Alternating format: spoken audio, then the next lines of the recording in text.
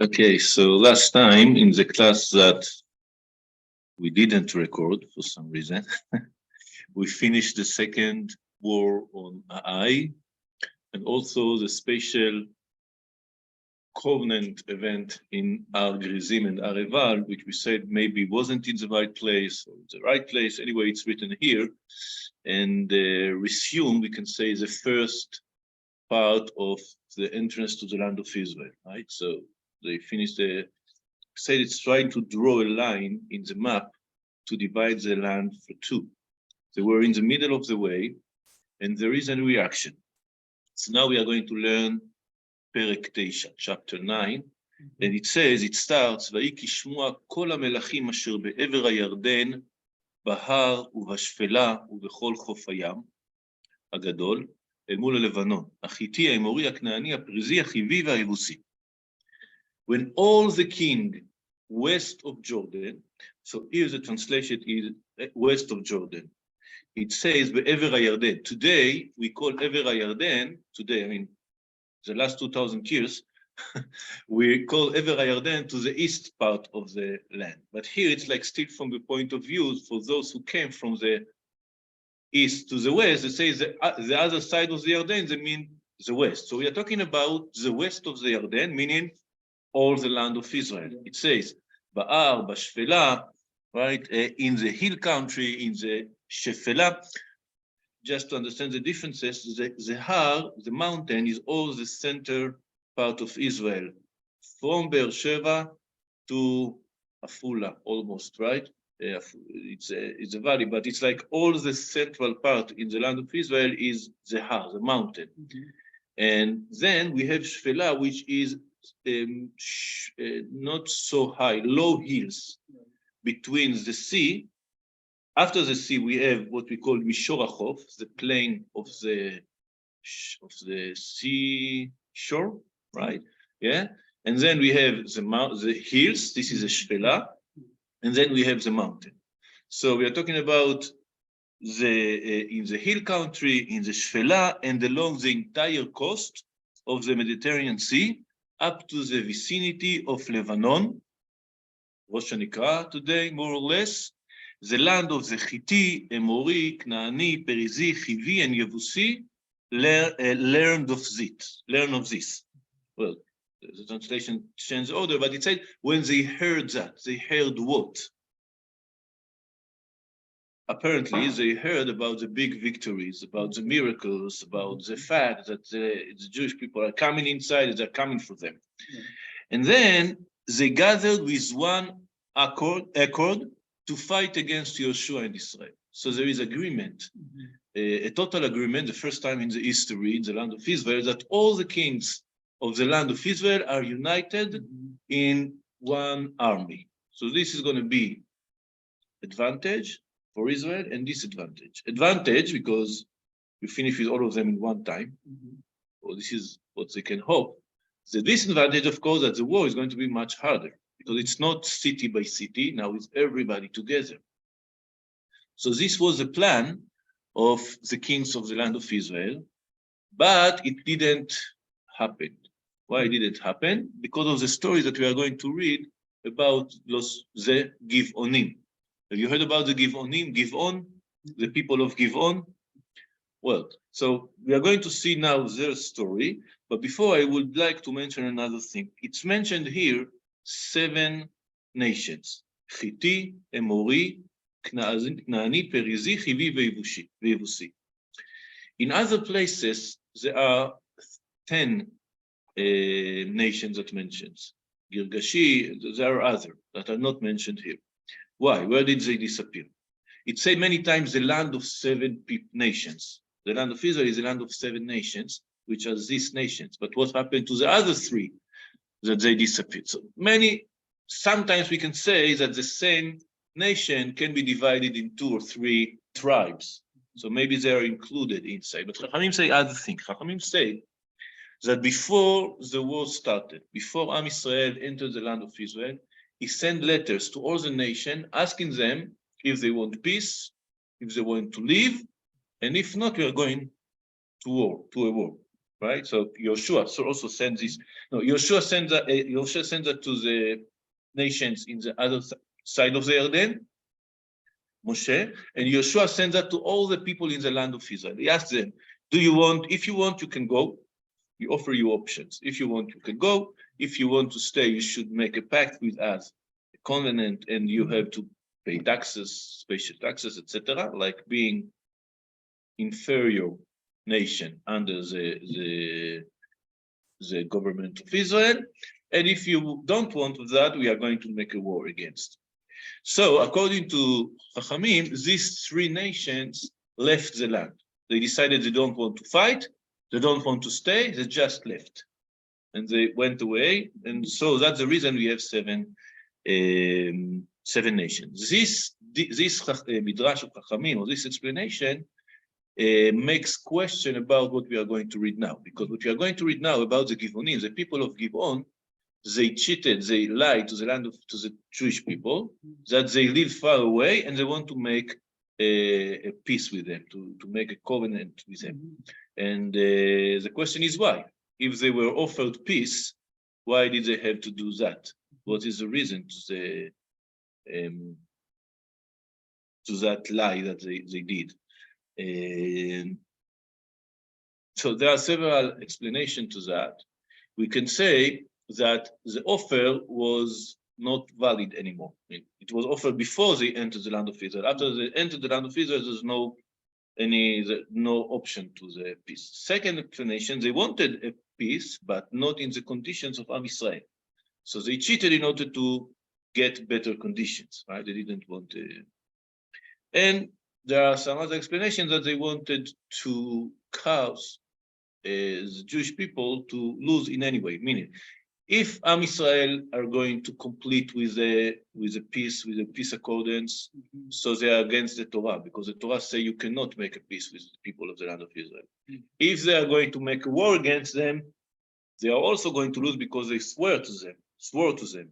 So they are breaking the oath. So in some way they try to trick all around the people, and well, let's see what's happened now. I'm going to read this chapter twice. We are going to read it twice. The first time I try to explain according to literally what it's written, but I'm going to make some questions. And then we're going to read that in second way, in some other way, some other technique of learning of reading the verse. So, like I said before, the first two verses speaking about chapter 9 in Sefer Yehoshua, about all the kings of the land of Israel, are uniting together in order to go in a war against Yehoshua and Am Yisrael. Yeah. Question. They're being driven out of the land because of their behavior. Yes. So immoral. They were doing things that they were not doing. The question is, were they ever told what was right, what was wrong, so that they would know that what they were doing? I'm not sure if they were told directly. I think there are like certain expectations from human beings for a certain level of ethical behavior, which wasn't done by these nations. Burning their kids, all the kind of sexual behavior that is not acceptable, etc., should be understood also by people without certain orders, that this is like the minimum of ethical behaviors that are expected from them. So I'm not sure about specific order or caution or something like that, but there was general expectations from them. And maybe also there were connections between people. The character of Abraham was known in the zone, and everybody knew about him, about his messages. So they can't say we didn't know anything. I think that also we can separate between a personal behavior of one individual and when it's become a national, and it's become like the standard of the nation. It means the corruption arrived so deep that some big change should be done, right? And well, they could have left, and some people did that, but those who chose to make a war, so yeah, that was a solution, result of that. Okay, so all the kings are gathering together to fight against Israel, but there is one nation that breaks this agreement, and this is the people of Givon. Givon is one city, but we will see later in the chapter that there were actually 5 cities in the same zone. It was like a pact, again, a pact, you say? Yeah, pact, agreement between 5 cities that were like together, and they were a very important power. But when the inhabitants of Givon learned how Yehoshua has treated Jericho and Ai, they, for their part, resorted to cunning. So I'm not sure about what is resorted to cunning. Sneaking, right? So first of all, it's missing one word. This translation missing one word. It said gam emaberu. Also they resorted to cunning.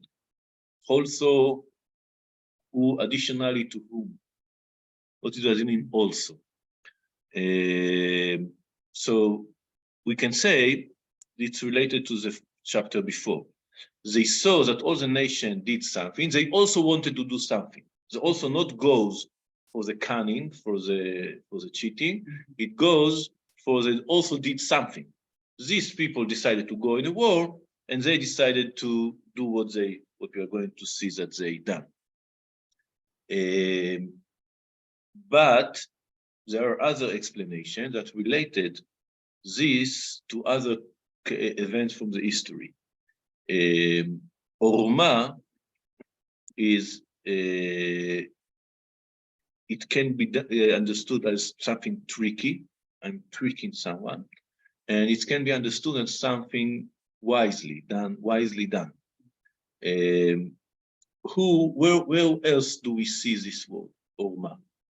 I will remind you, in the beginning of Sefer Bereshit, it says, "V'anachash haya arum mikol chayat hasadeh," and the snake was arum, wise or tricky, from all the animals of the land. Interesting, also Givon says it was Chivi, from the nation of the Chivi. Chivi, Chivia in Aramaic is snake. So they were like the snake, sneaking. Maybe the word sneaking comes from snake, I don't know. But doing things wisely, but for bad purposes, right? So they are tricking in some way, which is, remind us, so they also did like the snake, or another explanation, they also did like the sons of Yaakov did. If you remember, I remind you another story. This also Chachamim say, or some Farshim say, it's related to something else that happened over there, not very far from there, with the sons of Yaakov in the case of Dinah and Shechem. If you remember, Dinah was raped and kidnapped by the people of Shechem, the son of the king, and the sons of Yaakov said, "We are going to make a pact with you, but you should do Brit Milah first." And they did Brit Milah, and then they went and killed everybody. So we can say that the sons of Yaakov broke the pact, the covenant. Yaakov criticized them. Why did he criticize them? Didn't they do the right thing? Because they saved their sister, and they took revenge for what they done for her. So some say, well, there's disagreement between the sons of Yaakov and Yaakov. So who's right? Apparently Yaakov is right? So maybe they shouldn't have killed everybody, just the people who did that. What can be also understood that Yaakov understood we can cheat them in order to save our sister.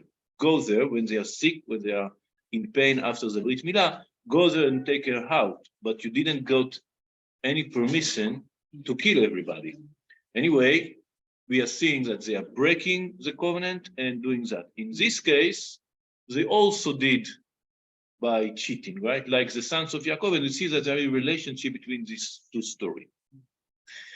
So let's continue. So they for the part resorted to cunning. They set out in disguise. They took worn-out sacks for their asses and worn-out water skins that were cracked and patched. I mean, very old things. Looked like they came from a very far place. They had worn out patch sandals. They had worn out patch sandals on their feet and threadbare clothes on their bodies, and all the bread they took as provision was dry and crumbly. Very similar to the stories about Am Israel when he went out from Egypt. The shoes and the dress and the bread, but only there it was matzot, and here it's very dry bread. So they went to Yehoshua in the camp at Gilgal and said to him and to the men of Israel. Who are the men of Israel? All Am Israel. No, apparently the men of Israel, meaning the leaders of Am Israel. So they talked to Yehoshua and to the leaders. We come from a distant land. We propose that you make pact with us. Okay, they came with all these things that they brought and they offer a pact. As the men of Israel replied to the Chivites, to the Chivim, but perhaps you live among us, how then can we make pact with you? We said that they can. They could or couldn't. Apparently they couldn't already, or they didn't want to do.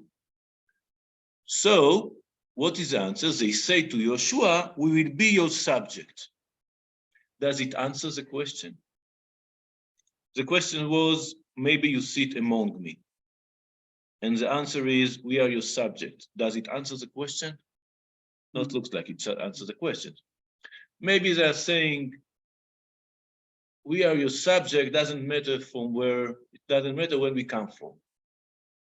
So they're not like holding the line. Maybe they say, we are your subject, you can check on us. You can do to us whatever you want. But Yehoshua asks them, who are you and where do you come from? Didn't you already ask that? He's asking again, maybe because he didn't get an answer. So they replied now. They replied, your servant have come from a very distant country. Before they said from a distant country. Now they said from a very distant country. Because of the fame of the Lord your God. It's not saying in Hebrew because, it says for. For the fame of the Lord your God. I mean, we are coming for that, looking like they're coming to convert. We come because we heard about your God and we want to be his servants.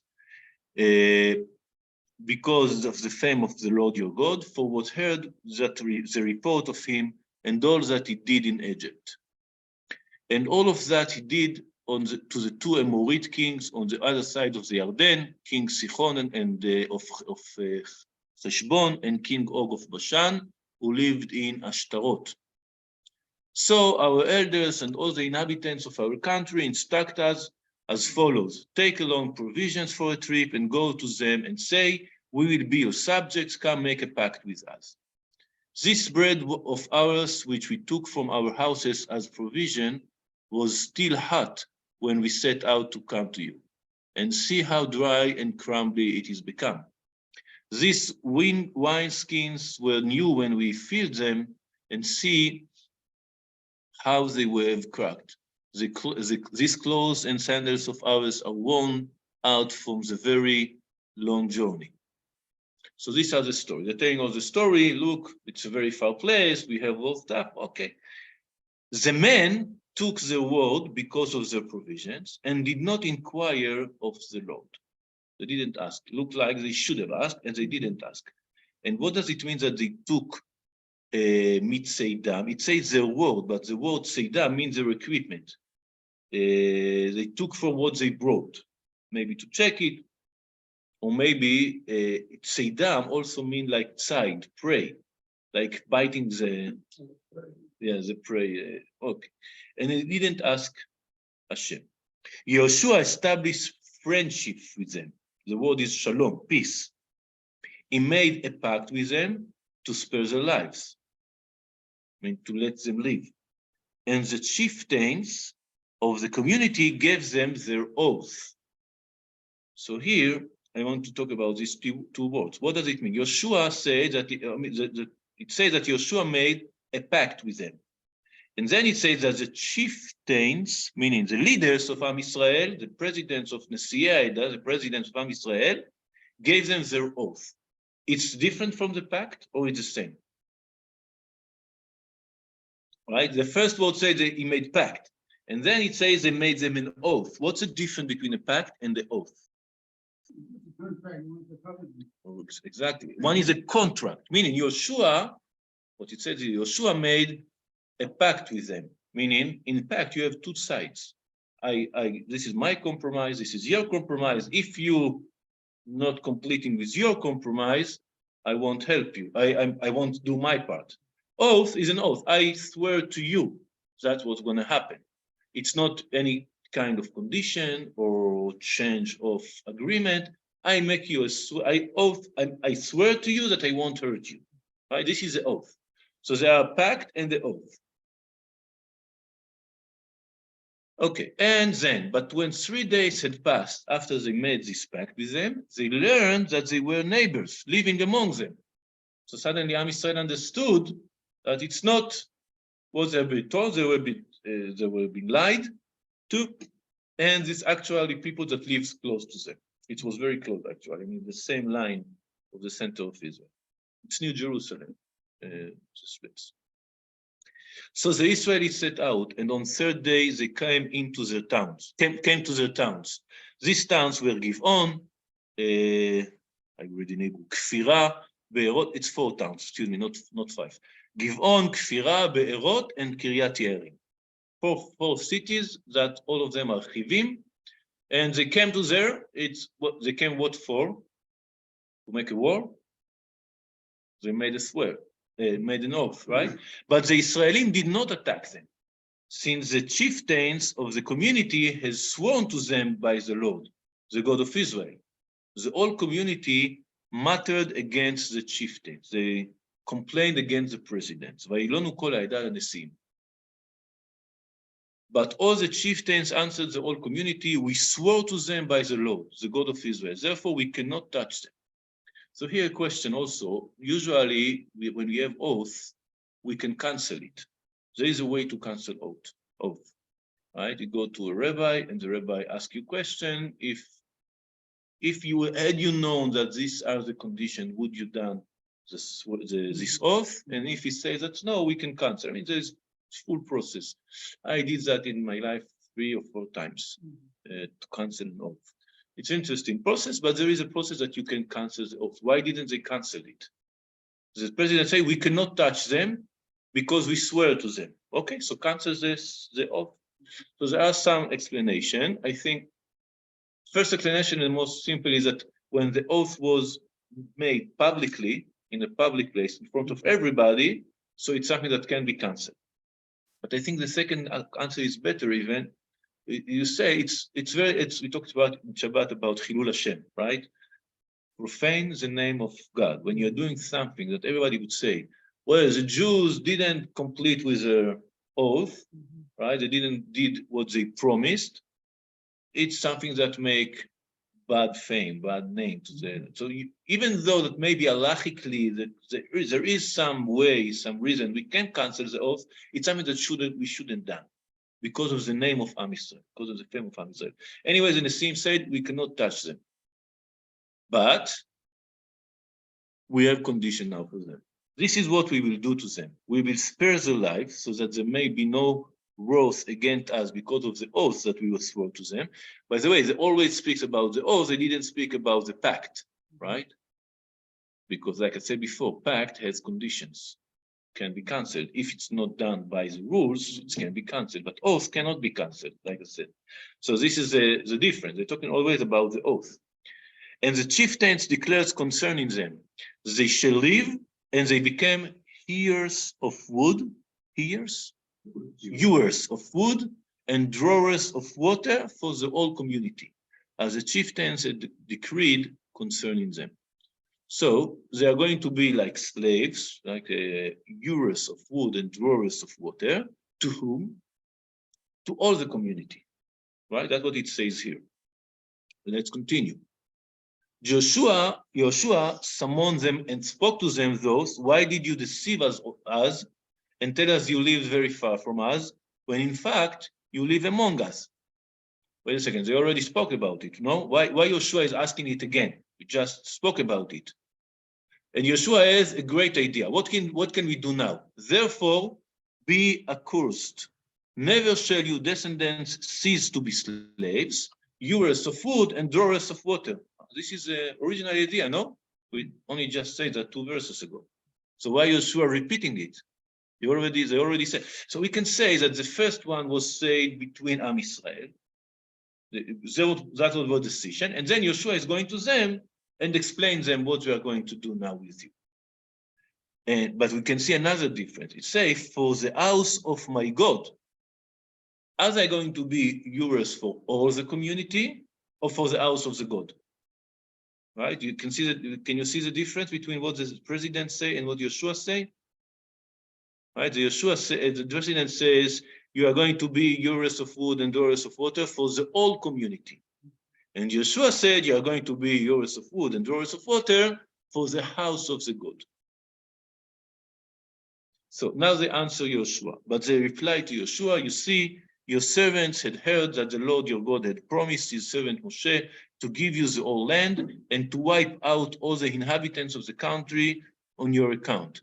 So we were in great fear for our lives and on your account, that is why we did these things. And now we are at your hand, at your mercy, do with us what you consider right and proper. And he did so, he saved them from being killed by the Israelim. That day Yehoshua made them hewers of wood and drawers of water, as they still are, for the community and for the altar of the Lord. So in the end, it's happened, I mean, the 2 versions were accepted here, right? In the place that he would choose. So about this question, so there are explanations. Radak and others say that during the times of the war, when everybody is together in the Gilgad, they are going to serve all the community. After that, when everybody going to his place, every type to his place, so each one of them is going to be, they're only going to be in the house of Hashem. So they're 2 different times. So, okay, so more or less we explained all the story. They thought they are going to be killed. They lied to Am Israel accepted the lie, believed them, made a pact. After that, they discovered it wasn't true. They came to speak with them, say, you cheated us, you lied to us, we cannot kill you, but we will do you like servants. And they accepted, and this is the story. And the Givonim are going to be part of the story of Am Israel during many generations, not always in a positive side. If we, Bezrat Hashem, we will arrive to Sefer Shmuel, and Melachim, they are going to play a role, not necessarily positive role, in the story of Am Israel. In the end, David HaMelech decreed that they weren't part of Am Israel, and that not can be married. We cannot get married with them, and then they disappeared in the history, but the story is continuing in other places. But this is one way to read this story. Now, I want to read it again in a technique of reading that not everybody agree with it. It's a discussion if we should do that or not should do that.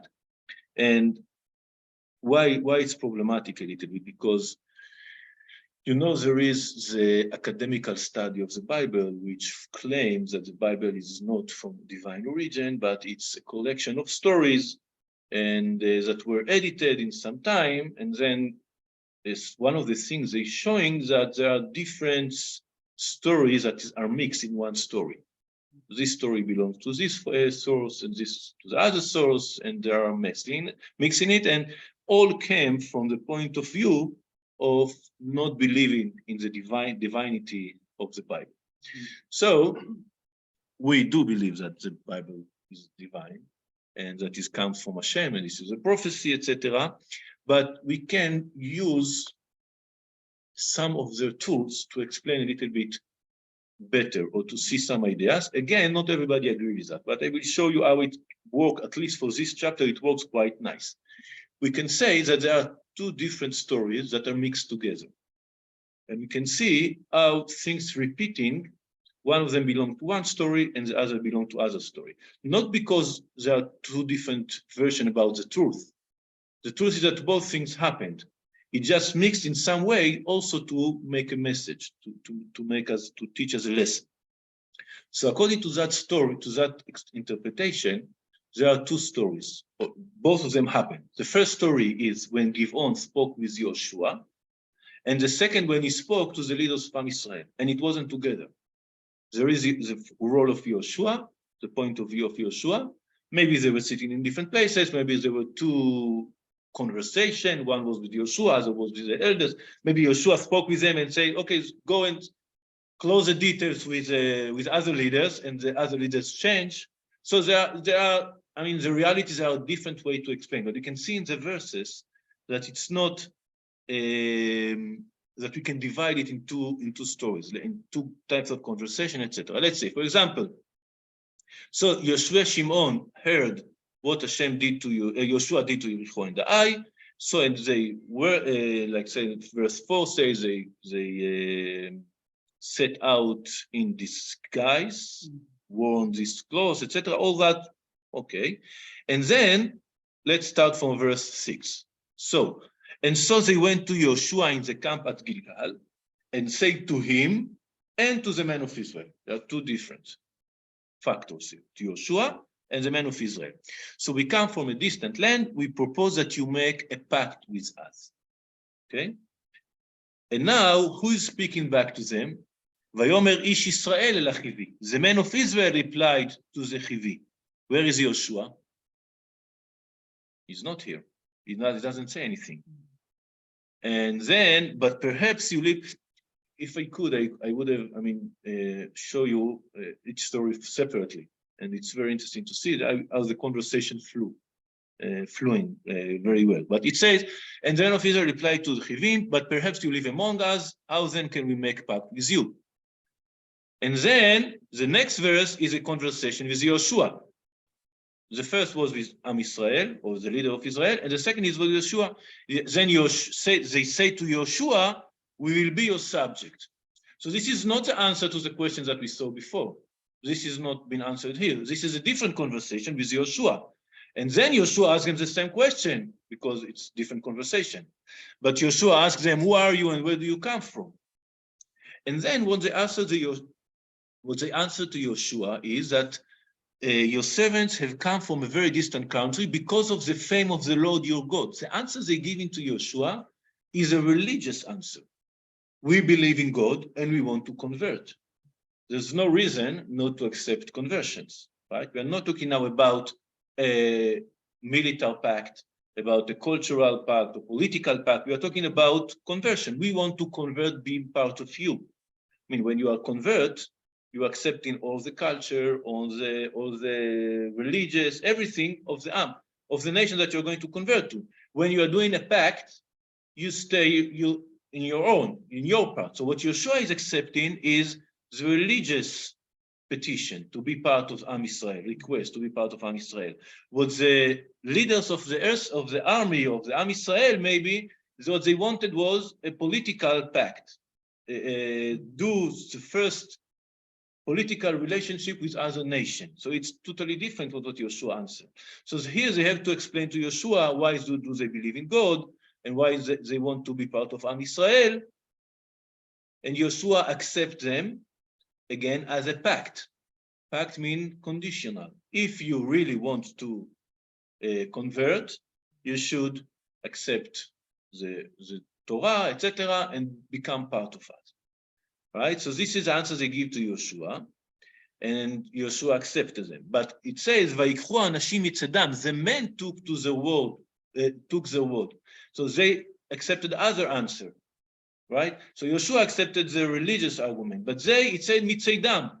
They didn't even care about the details. They said, "No, we are not from here. We are from far away, and this is the proof that we came from far away, right?" But they didn't care about the real motives of them, and then they accepted what they did.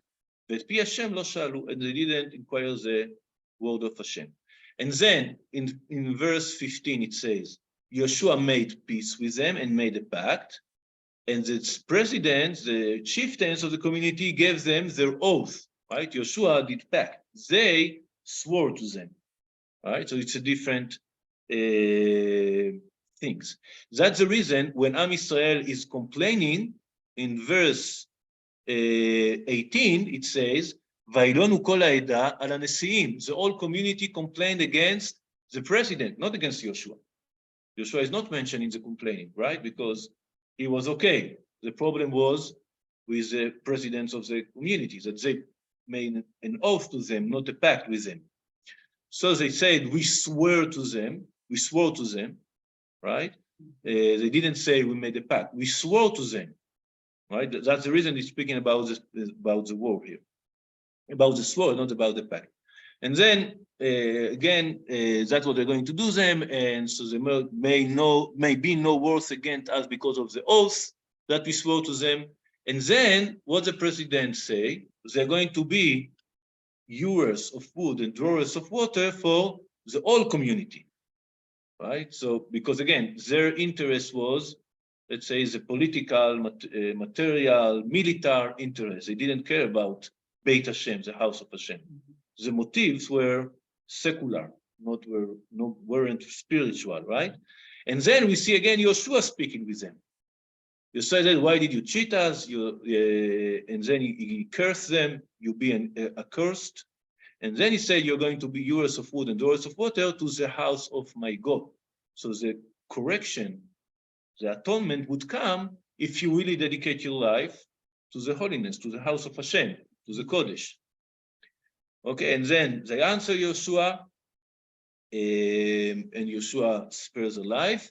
And the solution was in the end that they were for both of them, right? And they were hewers of wood and drawers of water, as they still are for the community and for the altar of the Lord, both of the things. So this, when you read this chapter in that way, it looks much more fluent, much more logical, the way that separate. But still, we should ask, if there are two different stories, why is the Tanakh united them? Right? Why to write it in this way? Why to hide that in a way that when you read it, you just don't understand. Why is this ordered? Why is they asking that? They answering that? That 2 times it repeats. It's 1 time. There are very contradictions between. So why it's written in that way? Maybe the message is that this separation between Yehoshua and the people is part of the problem. And maybe we'll see that in the next chapter. They should have been much more united, and the inspiration of Yehoshua to the people apparently didn't arrive to the place he should. So their policy is different from the policy of Yehoshua. Instead of going together in the same, we can see that, for example, in the Torah many times between Moshe and the nation. Moshe is like in a very high level, and the people are not, and there is a gap. And this gap creates a lot of conflicts and sins also. But Aaron, for example, was much more the man of the people. Maybe that also made mistakes, right? It caused mistake, right? But it's still, there are two differences. Moshe is from high, from the mountain, and Aaron is from the people. So here Yehoshua also, he shouldn't be like part, but in some way there was it was a way of separation, differences between the leadership and the people, or the religious leadership and the military leadership. And this created this mistake. And for this mistake, well, they had this givonim that we're going to cause a lot of problems during the history of Am Israel, but also they had the first international pact. We are not alone anymore. We do have relationship with other nations, and they are part of our political life. And so it's also something that can be considered as a positive thing. And the student of Ramchal, we learned Ramchal, Mesilat Yesharim in Shabbat. The student of him in his book Ma'or V'Shemesh said that this is also the correction of the sin of the sons of Yaakov. Right? The sons of Yaakov cheated and killed everybody. Here they were cheated, and for that they didn't kill anyone. Right? Over there, the lying caused, the result was the massive killing of everybody in Shechem. And here, the lying result in saving the life of all the people of Givon. So in some way, it's recompense that or correct this this event of the sons of Yehoshua. There was a difference sons of Yaakov did what they did because violence was used against them. In this case, there was no violence. Yes, they wanted to prevent the violence. Yeah. They were afraid that they are going to kill them. Yeah. But in the other case, Dinah was abducted, raped, and they violence done to her, and they were avenging her. Yeah. In this case, it wasn't a question of avenging, it was a question of trying to maintain the peace. Yes. Yes, so I mean, they use the same tool, in this case to take a revenge, in this case to save their life. Some way it's correcting that. The other thing that you mentioned, well, why didn't they just go in and let Yaakov's sons and just kill the Shechem and his father and the others? But you remember, those days, the legal system was the blood feud. You killed someone in their tribe, they'll come back to kill you. So what would happen is there'd be a war between So they Yaakov didn't have a choice. and Shechem. Maybe, but Yaakov is angry with them, right? If you remember, Yaakov was upset with the decision. Because of what they did. Yeah. Because he was afraid that all the nations around him will see what they've done, and they're cursed by them. And in the end of his life, when he blessed each one of his sons, he also cursed them. Yeah. He separated them, at least. It says this relationship between the two of you is too dangerous. You must be separated. Together you are too dangerous, Shimon and Levi. You must be separated, each one alone. So sometimes too much power, too much emotions, revenge can be dangerous. And that's the reason Yaakov separated. Anyway, this is the story of Dinah, is very interesting. A lot of things to say about it also.